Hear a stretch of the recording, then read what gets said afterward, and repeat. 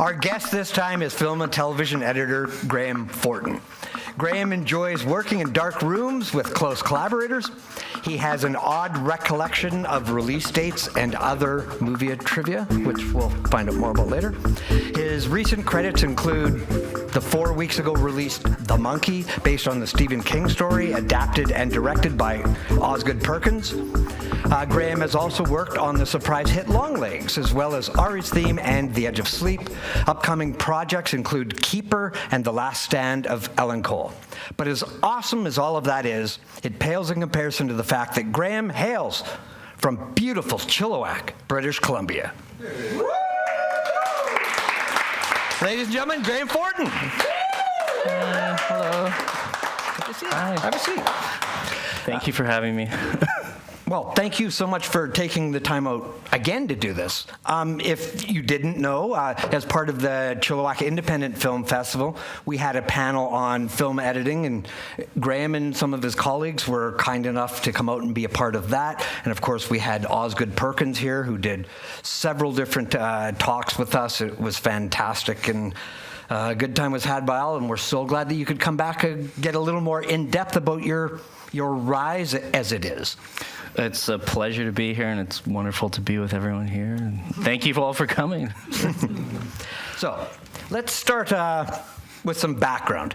Tell us about your journey, kind of how it all started, where it started, what brought you to this point that you're at today. And you have 3 minutes. Sure. Well, I'll try and be shorter than that. But I mean, it all kind of comes back to just going to the movies for the first time as a kid. My mom and dad taking me to movies, and I think the first one I saw in the theater was Beauty and the Beast, the Disney cartoon. And from there, I remember recreating scenes from the movie on the playground with other kids. Like, it had gotten into my head, and I'm like, okay, whatever emotion was in the theater, I'd like to recreate that somehow in the real world. And that was kind of the path I started on. I saw tons of movies at the Paramount Theater, and yeah, I miss it. And the Cottonwood Theater, and then Video Tonight. I rent, movies every weekend, and that's what started my, obsession with movies and led me to where I am today. Okay, so, I mean, lots of people go to the theater and see films and rent movies and all of those things. What was it that how old were you? When did you realize, hey, this is something I actually want to do for a living? I think it was gradual. It wasn't like one particular moment. It was just a constant obsession or great interest in films. I would read books about movies.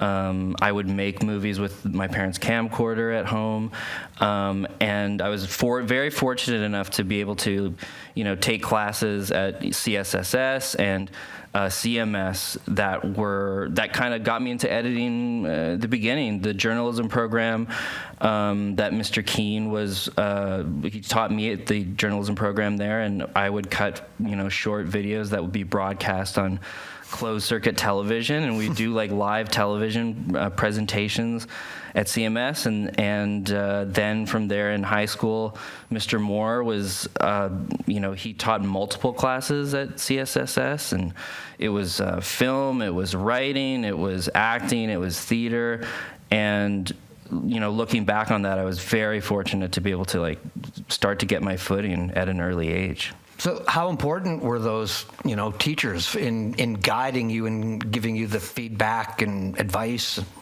Super important. I remember one time, Mr. Moore, it was at the end of high school, I was writing the geology test, or the finals or whatever, and, he was the teacher in charge of making sure that no one cheated at all, and he came up beside my desk, and as I was writing, he's like, you don't need any of this, you don't need to work, you're going to work in film, and he's like, why are you doing this test kind of? And it was like a moment where I'm like, yeah, I don't need to worry about this at all. But, Mr. Keene also very supportive, because we would make just tons of stuff in journalism, and, he'd be very patient about if something wasn't working, and he'd be like, okay, go back and try and fix it again and try and make it better, so. Okay, that was great. So you're in grade 11, 12, and you're doing some editing. Did you still at that point, were you thinking this is something I can make a career out of, or was it just a hobby? I was very driven to have it be a career. I didn't know how I was going to do it. I was fortunate enough to go to film school out of high school, and I knew I wanted to go into editing because that's just where I made my first kind of match cut at high school. And I was sitting with a group of people at the old high school, and I made this cut, and there were two other people there, and I'm like, I went, ooh, and then they went, ooh, and it was like this moment where I'm like, I like that feeling, I'm gonna chase it. And so I went to film school, and I continued, to go down that path, but I got very lucky after film school, working at a job where I met a lot of the people that I work with today. Okay, well, let's talk about film school. So you're in Chilliwack. Yeah. Chilliwack Senior, making some films. You're doing stuff at home with a camcorder. I'm going to go to film school. So what was that thought process like? Like, what places did you look at? Where were you thinking of going? Did you have support from family? And totally had support from family. I had there was a bursary. I applied for like a bursary also for the film school I went to, which is now LaSalle College. I thought about going to Capilano College. UBC was a potential, but the one at the time that the way I chose it was LaSalle College was the one that was going to get me into the industry at an early age after you finish the program. So that was kind of the big draw for me.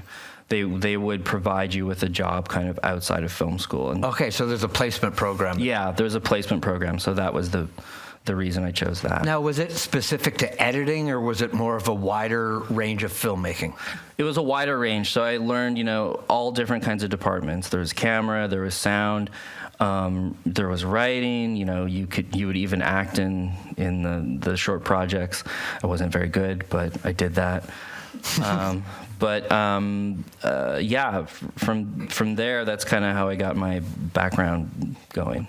Okay, well, if you were to hear a young person say, I just want to be an editor, I don't need to know all that other stuff, how important is it that they know that other stuff? Oh, super important. And I'm still learning, and there's still departments I haven't really had a chance to get deep into, but like especially with sound is a very important unison with picture editing because, they say, half of picture is sound. And I worked with a director once, and he made a comment where he's like, oh, if an editor really knows sound design, that's like a lethal combination. And I thought, okay, like what does that mean exactly? Because I can place gunshots and I can place footsteps, but what is sound design? So I'm still learning, but sound huge.